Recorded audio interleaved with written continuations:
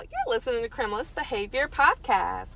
Today we're going to be on episode number 8, and we're going to be talking about how a son shoots his mom on Easter Sunday. If this is your first time listening, hi, my name is Sarah Studier, and I'm your host for Criminalist Behavior Podcast. I want to thank you for listening to the show, and I hope you enjoy it.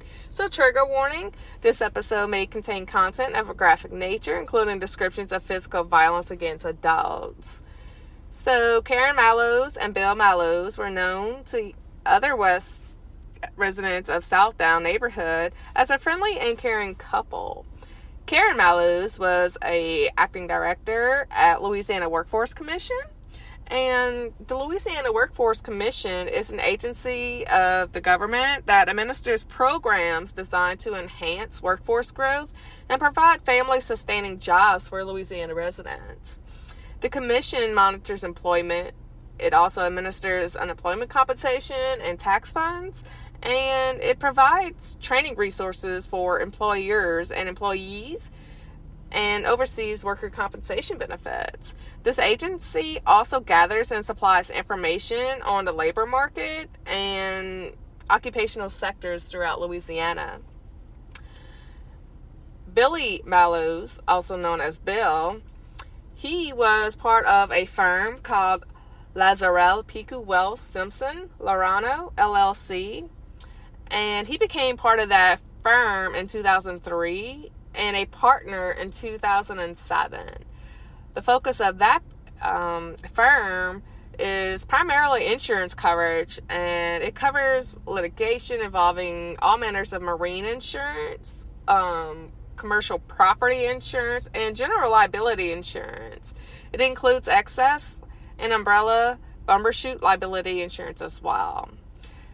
Bill has significant experience in maritime law, energy matters, and environmental and toxic torts, including controversies involving trigger and allocations across multiple policy periods for long-term pollution and bodily injury claims. So Bill attended Louisiana.It University, and he was part of Alumni Association, the top 100 scholarships, and graduated at magna cum laude in 1996. In 1999, he also graduated from Tulane University Law School, where he did a senior fellow teaching assistant job in a legal research and writing program and an articles editor of the Tulane Law Review. He was also a member of Louisiana National Guard from 1993 until 2001, where he served as an interrogator in the 415th Military Intelligence Battalion, and he received several commendations for his work in this field, and he also was named the Battalion Soldier of the Year in 1996. Bill, in the past, worked closely with some local officials in the United States Army Corps Engineers Project. He was a manager. And neighbors who seen Chris, because Chris Maloz is one of Bill and Karen's son, he was described as little to good behavior. Like, no one had anything good to say about him, but they all were shocked about the turn of events that happened on this particular Easter. A neighbor named Joanne Pellegrin quoted, "They both care and are concerned for the well-being of neighbors," close quotations. Jody Ann Pellegrin was a neighborhood watch group's captain, and Karen Maloz, the week before this incident on April 17, 2019, she attended a neighborhood watch meeting that was held by the nearby Rouse's supermarket, where the local officials said nothing but good things about the dedication of all the volunteers, and they recorded the Southdown West subdivision as a safe neighborhood. So Karen and Bill's home was ranch style, made of brick, and is typical of others in the middle class subdivision. It had a well-tended lawn, and neighbors described it as a beautiful place, which later they were horrified to see the terrific crime scene that would take place. People who witnessed the incident described Christopher Maloz as just out of it. He just went on a rampage, crazy. Something was off whenever police took him into custody on that Sunday. So, Christopher Maloz was 32 years old, and he was arrested Sunday, April 21st, 2019, on that evening after shooting his mother several times during an argument.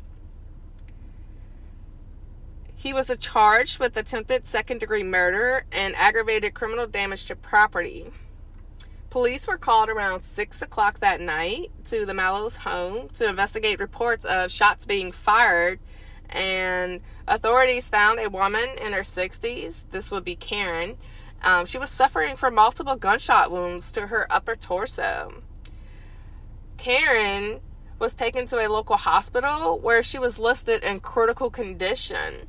Detectives learned that Karen and Chris had been arguing prior to this event for reasons we still don't know till this day. Chris then got a pistol and threatened to kill both of his parents. The argument intensified, and Chris and his parents walked out of the house and into the front yard, and this is where Chris decided to shoot his mother several times in her upper torso, and then he walked back into the home and fired a gun several more times, going after his father, Bill. So when the police got there to the house, Chris was locked up inside, and the police had to order him out of the home. Chris eventually complied, and he was arrested. And investigators were gathering information on what could have possibly led to a son shooting his mother, and on Easter of all holidays. Easter, y'all. So, Police Chief Dana Coleman stated, open quotations, "We don't know what led them outside the house. We don't know if he told them at gunpoint to go outside or not. My detectives want to interview the dad to see what actually started the altercation," close quotations. So, the officers and investigators searched the home, and they recovered a 9mm Beretta that was believed to be used in the shooting. And Police Chief Coleman stated, open quotations, "The main thing is that the suspect cooperated when we asked him to surrender," close quotations. He also stated that Chris surrendered peacefully, and they were able to recover the weapon, the 9mm Beretta involved. Police stated that Chris had a police record, and his previous police arrests were not connected with violent crimes, but the fact that the shooting occurred on Easter Sunday was a complete tragedy, a devastation. People stated that Easter should be a time when people are celebrating the resurrection of Jesus Christ, and here it is that this family's Easter was just rocked with nothing but extreme violence and chaos. So, Christopher Thomas Maloz, at 32, was arrested and booked into the Terrebonne Parish Jail on 2 counts of attempted second-degree murder and aggravated criminal damage to property, as he went inside and fired a gun several times, damaging the home. So Houma Police Department officers, backed up by the Terrebonne Parish deputies, they converged on the subdivisions in the streets before 6 p.m., and after they received that report of Miss Karen being shot, that's whenever Chris was taken into custody. And Bill, the father, was present when the incident occurred, but he didn't seem to have any injuries. So Chris was booked at the Terrebonne Parish Jail on a $250,000 bond. And he then got a court date that June, on June 5th of 2019. Karen's condition really wasn't disclosed on if she had to have multiple surgeries or anything to that nature, but just that she was in critical health. I mean, she was shot several times in her upper torso. Witnesses said that overall they heard as many as 5 shots in the vicinity of the residence, which was located at 1313 Levy Drive. The neighborhood is tucked away behind a heavily traveled area on St. Charles Street and Valhi Boulevard, which is in Houma, Louisiana. There was a heavy police presence in bright daylight, and that didn't go unnoticed by people passing by and nearby shoppers, lighting up the local social media sites with questions on what is going on in this once safe thought neighborhood. So Lieutenant Travis Terrio, which was part of the police department, and a spokesman said that the incident was still going under investigation and that the motive for the violence had not been determined, but it was just an argument that escalated. Chris had previous arrests, like we said prior, but none was of like strict violence or anything like that. He was arrested in 2012 by Thibodeau Police Department for possession of marijuana and Schedule 4 narcotics and possession of drug paraphernalia. And there was no disposition of the case that was able for me to review. I kept trying to find so much information on Chris and any background at schools, anything. There's not much about him other than what I'm giving to you now. So maybe later on, if there's some more stuff that comes into light, I will do another update on this case. So he has since pled not guilty, and not guilty by reason of sanity for shooting his mom on this Easter Sunday. He tried to take his life at the jail in Terrebonne Parish, and he was granted a mental evaluation. On the afternoon of May 9th of 2019, Chris was found hanging in his cell by his bed sheet. He was discovered within minutes of him trying to attempt to take his life, and he was taken to Leonard J. Chabert Medical Center in Houma. He was then taken to University Medical Center in New Orleans, where he was later released. Chris was then housed in a medical dorm at the jail, but was eventually put back into general population after he was cleared by the doctor. He had been in a cell less than a day before he tried committing suicide. And according to Dodd, open quotations, had it not been for the quick action of the correctional officers, he very well may have succeeded in his suicide attempt. But they got him down quickly, and they started CPR immediately. And when the medical personnel arrived, they continued until he was transported to Chabert. Close quotations. Dodd also stated, open quotations, when he comes back, he will go into a very confined medical cell in front of the jail where he will be watched 24/7 until such time the doctors say he cannot be moved. So because Chris decided to take his life, now we have extra personnel that has to watch him for suicide. A suicide watch. Like, just a waste of tax dollars, y'all. Just a waste. Like, this guy needs help. Seriously. So during the hearing on June 5th, District Court Judge Randy Bethencourt ordered a psychological evaluation, and the first Assistant District Attorney, Jason Nugget, stated that the evaluation took place. The judge ordered a sanity commission to evaluate his mental capacity. The evaluation is to determine whether or not that Chris presently has the capacity to proceed trial and assist his counsel. When a sanity commission is ordered in a court, proceedings generally are stayed pursuant to the law. So once they receive reports from the sanity commission, the judge can then make a ruling on whether or not the defendant is fit to stand trial and it can proceed.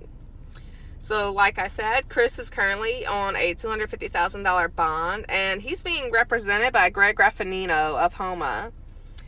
His court appearance next was on September 18th, 2019. And he was also involved in a case. It was Karen Wells Roby, United States Magistrate Judge. And it was Benjamin James Corwell versus LaSalle Corrections Management. Basically, another inmate named Benjamin James Corwell that was housed at Terrebonne Parish Criminal Justice Complex filed suit against LaSalle Corrections Management, Terrebonne Parish Criminal Justice Complex, and TBCJC medical staff and Catahoula Correctional Center because he stated that he was allegedly injured in an incident with guards while being transported to the Catahoula Correctional Center to Terrebonne Parish at River Correctional Center. So he stated, Cornwell, this is one of the inmates that was housed with Chris.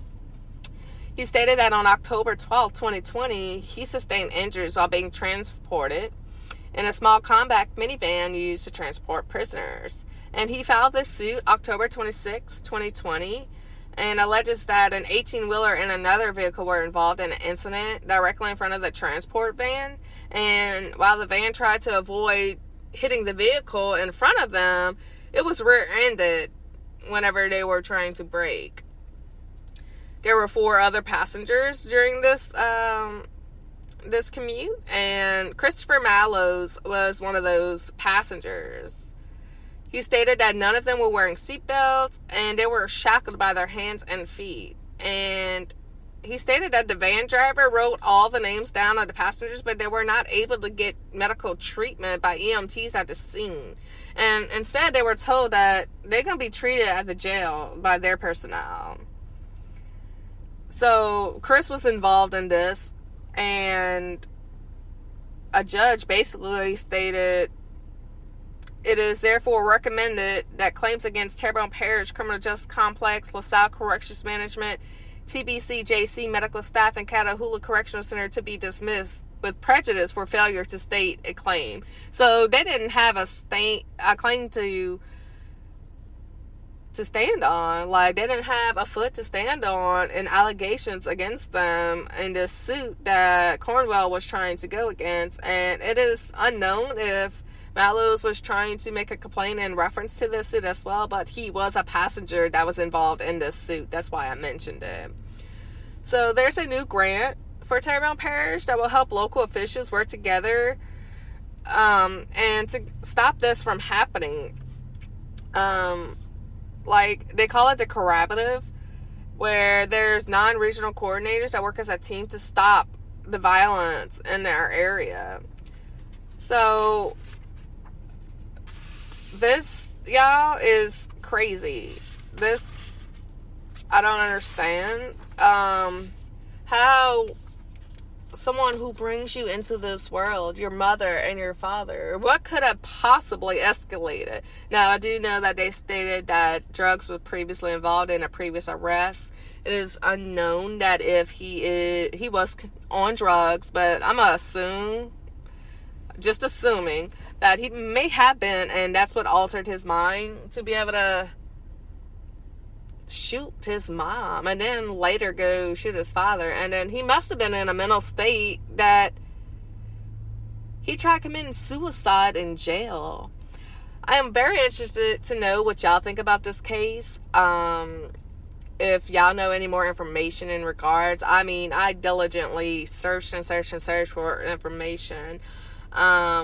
There is no updated information in regards to this case as far as his final sentencing or if he was fit to stand trial.